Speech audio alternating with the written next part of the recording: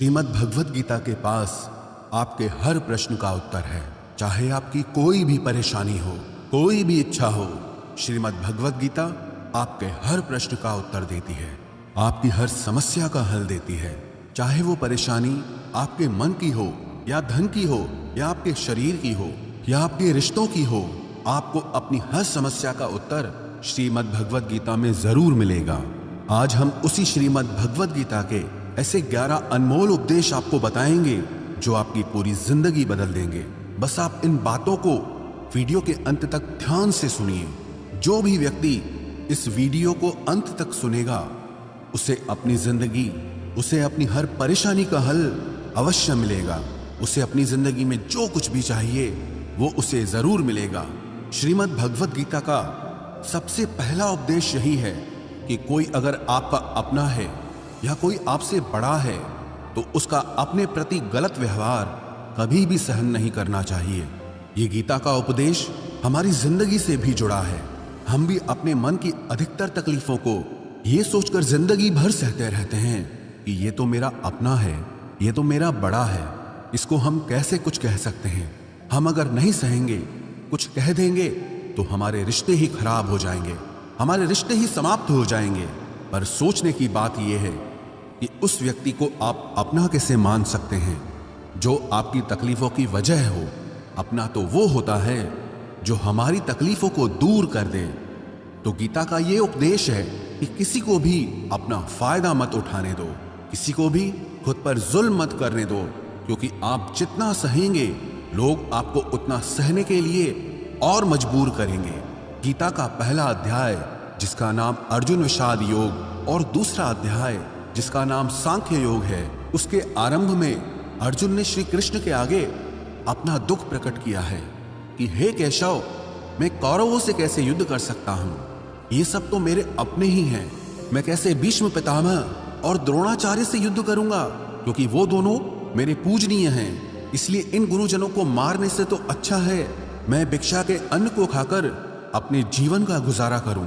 और जिन कौरवों से मैं युद्ध करने जा रहा हूं वो सब धृतराष्ट्र के पुत्र मेरे भाई ही हैं, मेरे अपने ही हैं। इन सबको मारने से अच्छा है कि मैं सन्यासी बन जाऊं।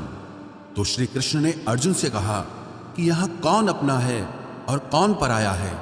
जो अधर्म करता है उसके साथ युद्ध करना तुझे मोक्ष और मुक्ति देगा।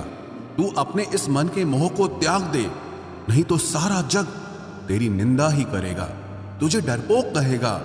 बात अपने पराये की नहीं है, बात धर्म और अधर्म की है, बात सही और गलत की है।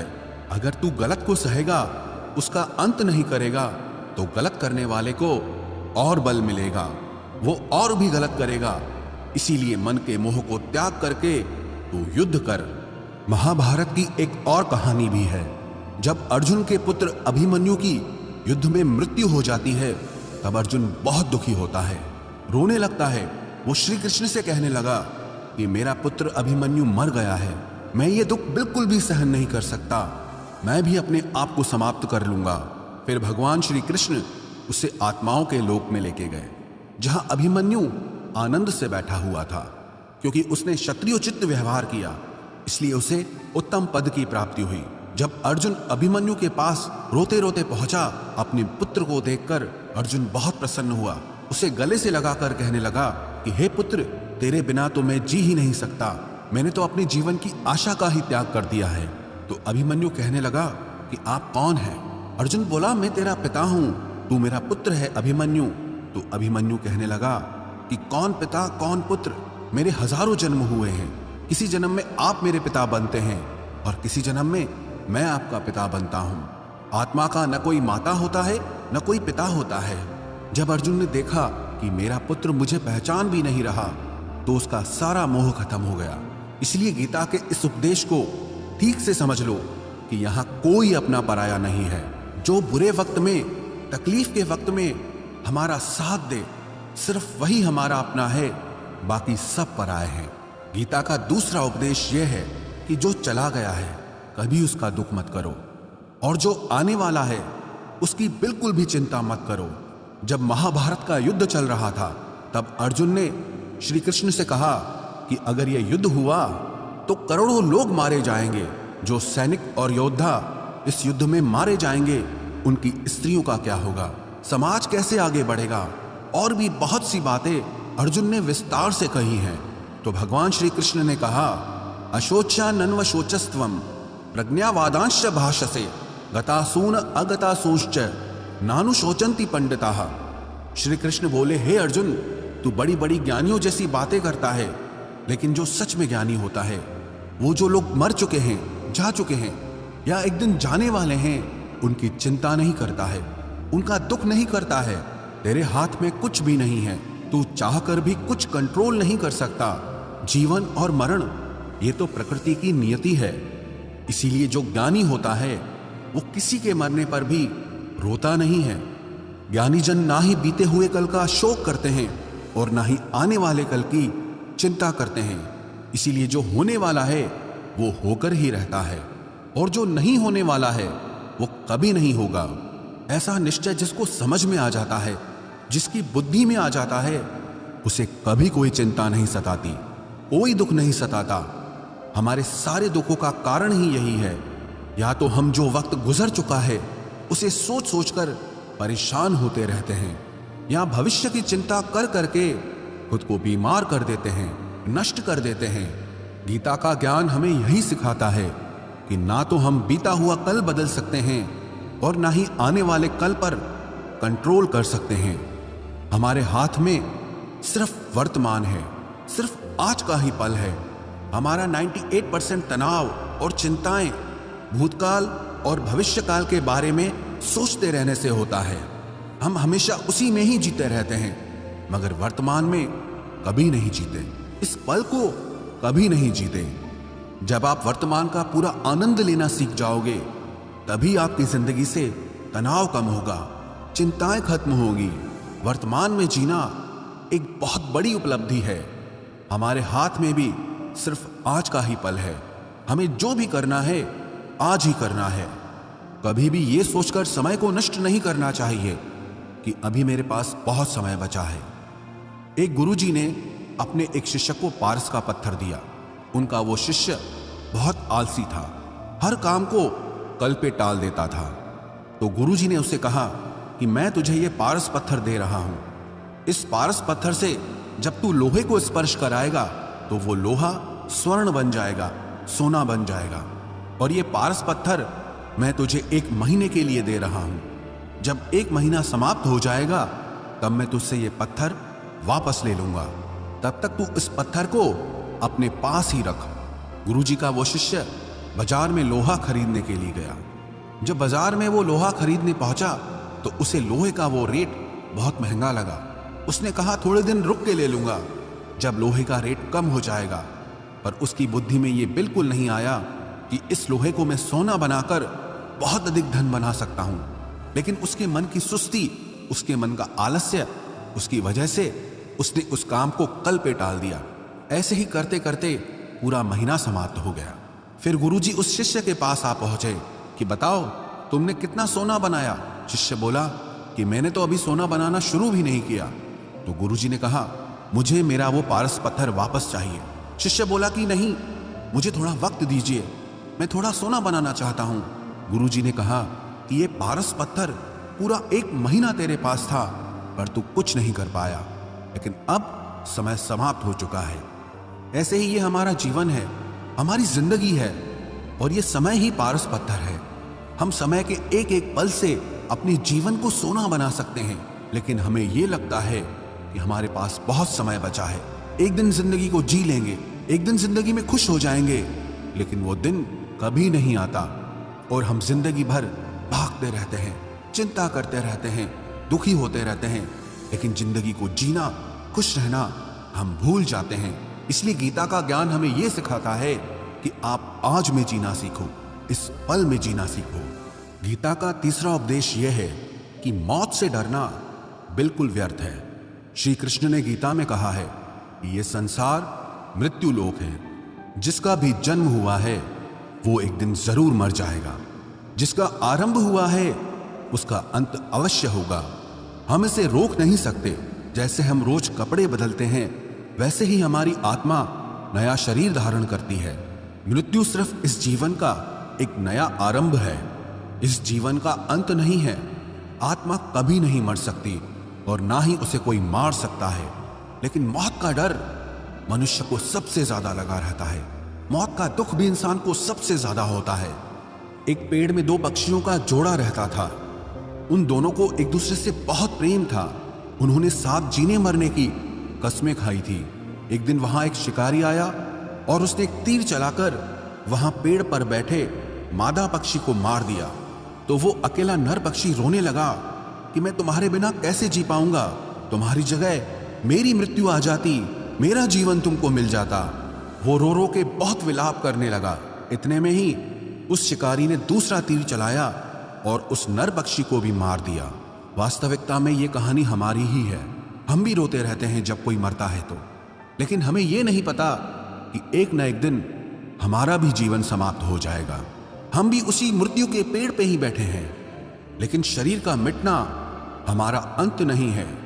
श्री कृष्ण ने अर्जुन से कहा कि हे अर्जुन, तेरे और मेरे अनंत जन्म हुए हैं। तुझे कुछ भी याद नहीं है, लेकिन मुझे सब याद है। जो व्यक्ति इस सत्य को समझ ले कि मैं यहां इस संसार में कुछ समय के लिए आया हूं, उसकी जिंदगी के सारे झगड़े, सारे दुख, सारी चिंताएं ही समाप्त हो जाएंगी। जब इस संसार से जाना ही है तो दुख किस बात का। पहले के जमाने में साधु महात्मा लोग पैदल यात्रा करते थे। यात्रा करते करते वो एक नगर में पहुंचे। वो महात्मा बहुत थक चुके थे। उस नगर में उन्होंने एक महल देखा और उन्होंने उस महल में जाकर विश्राम करने का सोचा और वो महल में जाकर सो गए। जब उस महल में वहां का राजा पहुंचा तो अपने पलंग पर उस महात्मा को सोता देखकर बहुत हैरान हो गया। राजा उस महात्मा से पूछने लगा कि तुम मेरे महल में कैसे घुस आए और मेरे बिस्तर पर सो रहे हो। महात्मा कहने लगा, ये तुम्हारा महल है, मुझे तो लगा ये धर्मशाला है। तो राजा ने कहा, आपको मेरा महल धर्मशाला कैसे लगा? तो महात्मा ने राजा से प्रश्न किया कि तुमसे पहले इस महल में कौन रहता था? तो वो राजा बोला कि मुझसे पहले मेरे पिता यहाँ पर रहते थे और उससे पहले मेरे दादाजी यहाँ पर रहते थे। तो महात्मा ने फिर प्रश्न किया कि क्या तुम इस महल में हमेशा रहोगे या तुम्हारे बाद कोई और रहेगा? तो राजा कहने लगा कि मेरे बाद मेरा पुत्र इस महल में रहेगा। तो महात्मा राजा से कहने लगे कि जिस जगह पर रहने वाले बार बार बदल जाते हों उसे घर कैसे कह सकते हो? वो तो धर्मशाला ही है। इसीलिए तेरे महल को धर्मशाला समझकर मैं इसमें रात बिताने के लिए आ गया। धर्मशाला जान जग को, जीव सब मेहमान है, मोह किससे मत करो, सब स्वप्न का सामान है। यदि हम भी इस बात को समझ लें कि हम यहाँ कुछ समय के लिए आए हैं, आनंद करने के लिए आए हैं, खुश रहने के लिए आए हैं, तो हमारे सारे दुख ही समाप्त हो जाएं। जब हम अपना मोह यहाँ जमा लेते हैं, अपना दावा यहाँ जमा लेते हैं कि ये मेरा है, इसे मैं छोड़ नहीं सकता, इसके बिना मैं जी नहीं सकता, तो हमारा जीवन दुखों से भर जाता है। इसलिए जीवन में मृत्यु का भय त्याग करके जीवन का प्रतिपल आनंद लेना चाहिए। गीता का चौथा उपदेश, मन और विचारों को कंट्रोल किए बिना जीवन में कभी शांति और सुकून मिलने वाला ही नहीं है। अर्जुन ने श्री कृष्ण से कहा कि मेरा मन सही गलत सब कुछ जानता है, फिर भी मेरे विचार और मेरा मन मुझसे कंट्रोल नहीं होता। मैं जो करना चाहता हूं वो कर नहीं पाता हूं, और जो नहीं करना चाहता हूं वो मेरा मन मुझसे जबरदस्ती करवाता है। इसीलिए मैं बेचैन हो गया हूं, मुझे शांति प्राप्त नहीं हो रही। तो श्री कृष्ण ने अर्जुन से कहा, उसके लिए तुझे अपने मन और विचारों से डिटैच होकर अपने मन और विचारों को सही दिशा में ले जाने की प्रैक्टिस करनी होगी, अभ्यास करना होगा। और ये एक दिन का काम नहीं है। जब तक तू अपने मन और विचारों की गुलामी का त्याग नहीं करता, तब तक तुझे जीवन में कभी शांति नहीं मिलेगी। एक राजा था, वो बहुत बेचैन और परेशान रहता था। एक दिन वो अपने गुरुजी के पास गया और उनसे कहने लगा कि मेरा मन बहुत बेचैन है, मैं बहुत परेशान हूँ, मैंने पूरे संसार को जीत लिया है, सब कुछ है मेरे पास, पर मैं खुश नहीं हूँ, मेरे मन में सुकून नहीं है, शांति नहीं है। तो गुरुजी ने राजा से कहा कि तुम्हारे नगर में अगर कोई ऐसा व्यक्ति है जिसने सुकून को प्राप्त कर लिया है, शांति को प्राप्त कर लिया है, तुम उसका एक बार कुर्ता पहन लो तो तुम्हारे जीवन में भी शांति आ जाएगी। राजा बहुत प्रसन्न हो गया कि ये तो बहुत आसान काम है। वो अपने राजमहल में आया और राजसभा में वो सबसे कहने लगा कि आप लोगों में से जो भी शांत हो चुका हो, जिसे सुकून मिल गया हो, वो अपना कुर्ता मुझे दे दे। वो बदले में जितना भी धन मांगेगा मैं उसे दे दूंगा। सब लोग एक दूसरे का मुंह देखने लगे। पैसों का लालच आया, लेकिन सबको एक दूसरे की सच्चाई पता थी, क्योंकि किसी की जिंदगी में भी शांति और सुकून नहीं था। सब अपना सर झुकाकर वहां पर खड़े हो गए। फिर उस राजा ने पूरे नगर में ढिंढोरा बटा दिया कि जिसे भी शांति प्राप्त हो चुकी हो, सुकून प्राप्त हो चुका हो, वो मेरे पास आकर अपना कुर्ता दे दे। वो जितना कहेगा उससे उतना ही धन दिया जाएगा। लेकिन एक भी व्यक्ति ऐसा नहीं मिला जिसे शांति प्राप्त हो चुकी हो। वास्तविकता में जब कोई मरता है तब हम कहते हैं कि वो फलां व्यक्ति आज शांत हो गया। कभी किसी जिंदा इंसान के लिए नहीं सुना कि एक जीता जागता इंसान शांत हो गया है। राजा के सैनिक पूरे शहर में ढूंढते रहे। फिर उन्हें पेड़ के नीचे एक महात्मा तपस्या करता दिखा, जिसके चेहरे पे एक शांति थी, सुकून था। वो सैनिक उस महात्मा के पास आकर पूछने लगे कि क्या आपने शांति प्राप्त कर ली है, सुकून प्राप्त कर लिया है? महात्मा ने कहा, मैं पूरी तरह से शांत हूं। तो सैनिक उसे राजा के पास ले आए। राजा ने उस महात्मा से प्रश्न किया कि क्या आपको शांति और सुकून प्राप्त हो चुके हैं? वो महात्मा कहने लगे, महाराज, मैं पूरी तरह से शांत हूं। मुझे कोई चिंता नहीं, मुझे किसी चीज की लालच नहीं, मुझे कोई इच्छा नहीं है। तो राजा भी बहुत प्रसन्न हो गए कि आखिर वो व्यक्ति मिल ही गया जिसे शांति की प्राप्ति हो चुकी है, जिसे सुकून प्राप्त हो चुका है। तो राजा उस महात्मा से कहने लगे कि हे महात्मा, आप कृपया करके अपना कुर्ता मुझे दे दीजिए। बदले में आप जो मांगेंगे मैं आपको दे दूंगा। वो महात्मा कहने लगे कि महाराज, सुकून और शांति तो मुझे मिल चुके हैं, लेकिन क्या करूं, मेरे पास कुर्ता ही नहीं है पहनने के लिए जो मैं आपको दे सकूं। जब राजा ने उस महात्मा की ये बात सुनी कि इस महात्मा के पास कुर्ता भी नहीं है पहनने के लिए, उसके बाद भी ये महात्मा एकदम शांत है, इसके जीवन में सुकून है। मैं सारी जिंदगी धन को जोड़ने में लगा रहा, दुनिया जीतने में लगा रहा, लेकिन मुझे शांति नहीं मिली, सुकून नहीं मिला। क्योंकि शांति और सुकून बाहर की चीज नहीं है, अपने भीतर की चीज है। इसीलिए जब तक कोई व्यक्ति अपने मन और विचारों को कंट्रोल नहीं करता, तब तक उसके जीवन में सुकून और शांति नहीं आती। और गीता का उपदेश हमें यही सिखाता है कि जीवन में शांति चाहिए तो मन को शांत करना सीखो। गीता का 5वां उपदेश यह है कि वासना, क्रोध और लालच सर्वनाश का कारण है, नरक का द्वार है।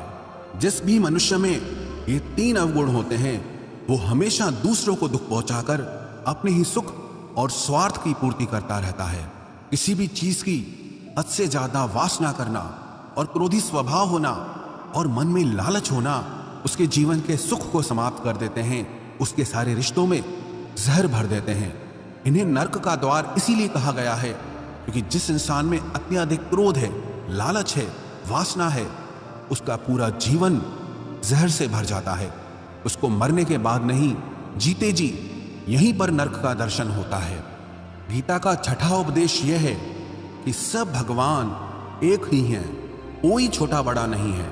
सब एक परब्रह्म परमात्मा के अलग अलग रूप और नाम हैं। श्री कृष्ण ने गीता के 10वें अध्याय विभूति योग में बताया है कि जितने भी जगत के देवी देवता हैं, वो सब मेरी ही विभूति है। मैं ही शिव हूं, मैं ही इंद्र हूं, मैं ही यक्षराज कुबेर भी हूं, मैं ही अग्निदेव हूं, देवताओं के गुरु बृहस्पति भी मैं हूं, समुद्र भी मैं ही हूं, अक्षरों में ओम भी मैं ही हूं, काल का महाकाल भी मैं ही हूं, सारे जगत का नाश, उत्पत्ति और पालन करने वाला भी मैं ही हूं। श्री कृष्ण ने अर्जुन से कहा कि मेरी विभूतियों का कोई अंत नहीं है, इसलिए सब भगवान, सब नाम, सब देवता मेरे ही रूप हैं। इसीलिए तो किसी भी देव या ईश्वर में कभी भेद बुद्धि मत करना, कभी किसी को छोटा बड़ा मत समझना। और गीता का उपदेश हमें यह सिखाता है कभी भी किसी दूसरे के इष्ट को छोटा नहीं समझना चाहिए, या इस बात पर झगड़े फसाद नहीं करने चाहिए कि कौन बड़ा है और कौन छोटा है। गीता का 7वां उपदेश यह है, सुख की इच्छा ही आखिर में हमारे दुखों का कारण बनती है। श्री कृष्ण ने अर्जुन से कहा कि मनुष्य जितना सुखों की लालसा और इच्छा करता है, उतना ही उसकी इंद्रियां सुख भोग में आसक्त हो जाती है, उतना ही इंसान का मन संसार के सुख और आकर्षण का गुलाम बन जाता है। और जितना सुख के पीछे भागेगा उतना ही उसे दुख के अनुभव से भी गुजरना पड़ेगा, क्योंकि ये संसार का नियम ही है। जो चीजें शुरू में मन को बहुत आकर्षित करती हैं बाद में बहुत दुख देती हैं, और जो चीजें शुरू में मुश्किल लगती हैं, कठिन लगती हैं, बाद में हमें बहुत काम आती हैं। गीता का 8वां उपदेश यह है, जो भी मनुष्य दुनिया के सारे सहारे छोड़कर सिर्फ भगवान को ही अपना सहारा मान लेता है, उसकी हर जरूरत वो ईश्वर पूरी करता है, उसकी हर प्रकार से रक्षा वो परमात्मा ही करता है। अनन्याश्चिन्तयो माम ये जनाः पर्युपासते तेषां नित्याभियुक्तानां योगक्षेमं वहाम्यहम्। जो भी व्यक्ति मुझे ही अपना सहारा मानता है उसका योगक्षेम मैं वहन करता हूँ। योगक्षेमं वहाम्यहम् अर्थात जो चीज नहीं मिली है उसकी प्राप्ति कराना उसका नाम योग है, और जो चीज जीवन में मिली हुई है उसकी रक्षा करना उसका नाम क्षेम है। तो श्री कृष्ण कहते हैं, जो मुझ पे डिपेंड हो जाते हैं उनको जो चाहिए वो मैं जरूर देता हूं, और उनकी हर प्रकार से मैं रक्षा भी करता हूं। गीता का 9वां उपदेश यह है कि इस संसार में हमारा कुछ भी नहीं है।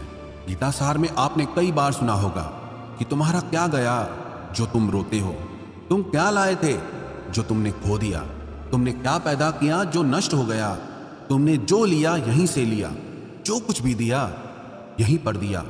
जो आज तुम्हारा है कल किसी और का होगा, क्योंकि परिवर्तन इस संसार का नियम है।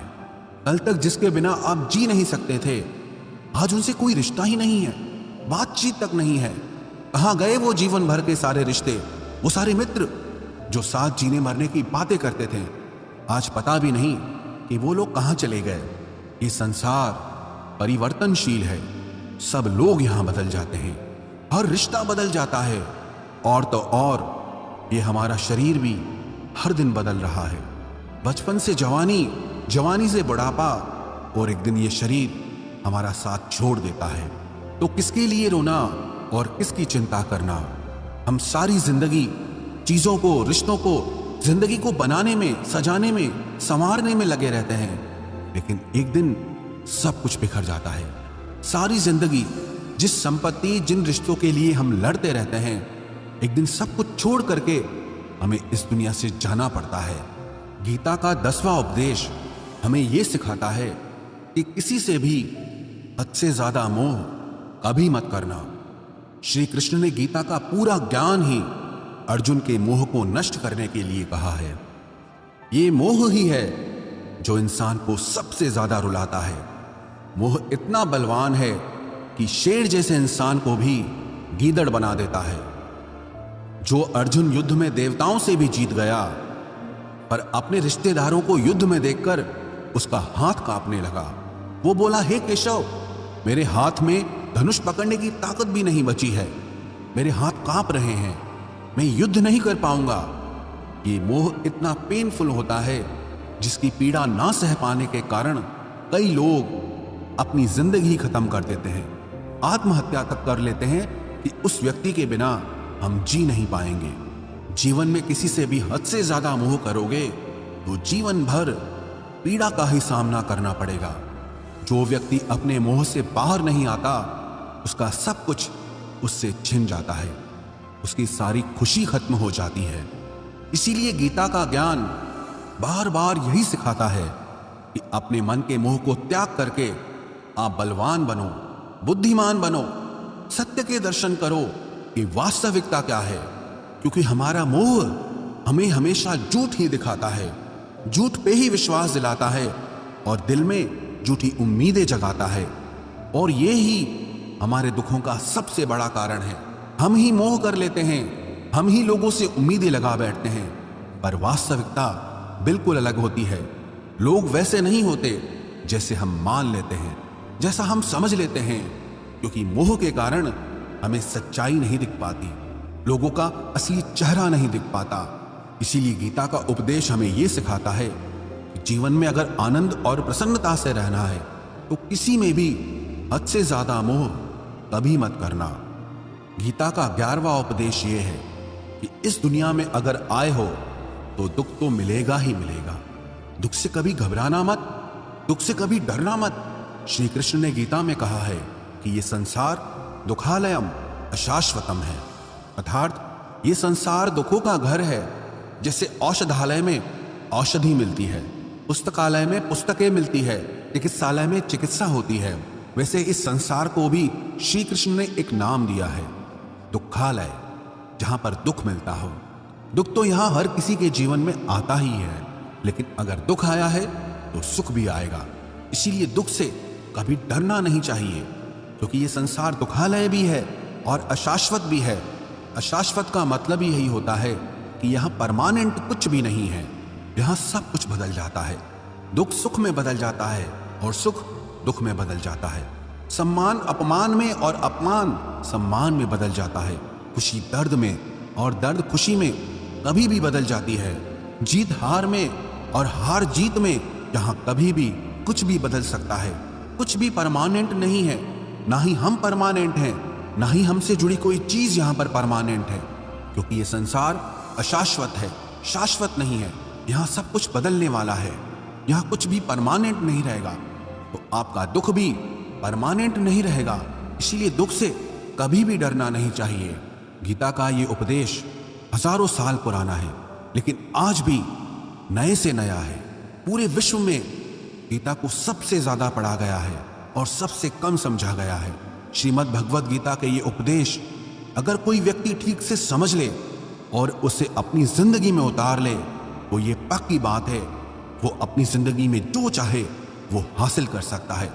अपने जीवन की हर समस्या से वो एक पल में बाहर आ सकता है। श्रीमद् भगवद गीता के इस दिव्य उपदेश को हमें बार बार सुनना चाहिए, हर रोज सुनना चाहिए। जब भी जीवन में कोई चिंता या परेशानी आए तो एक बार इस उपदेश को जरूर सुन लेना और मन में ये विश्वास रखना कि गीता का ये उपदेश आपकी जिंदगी की हर परेशानी में आपको राह अवश्य दिखाएगा।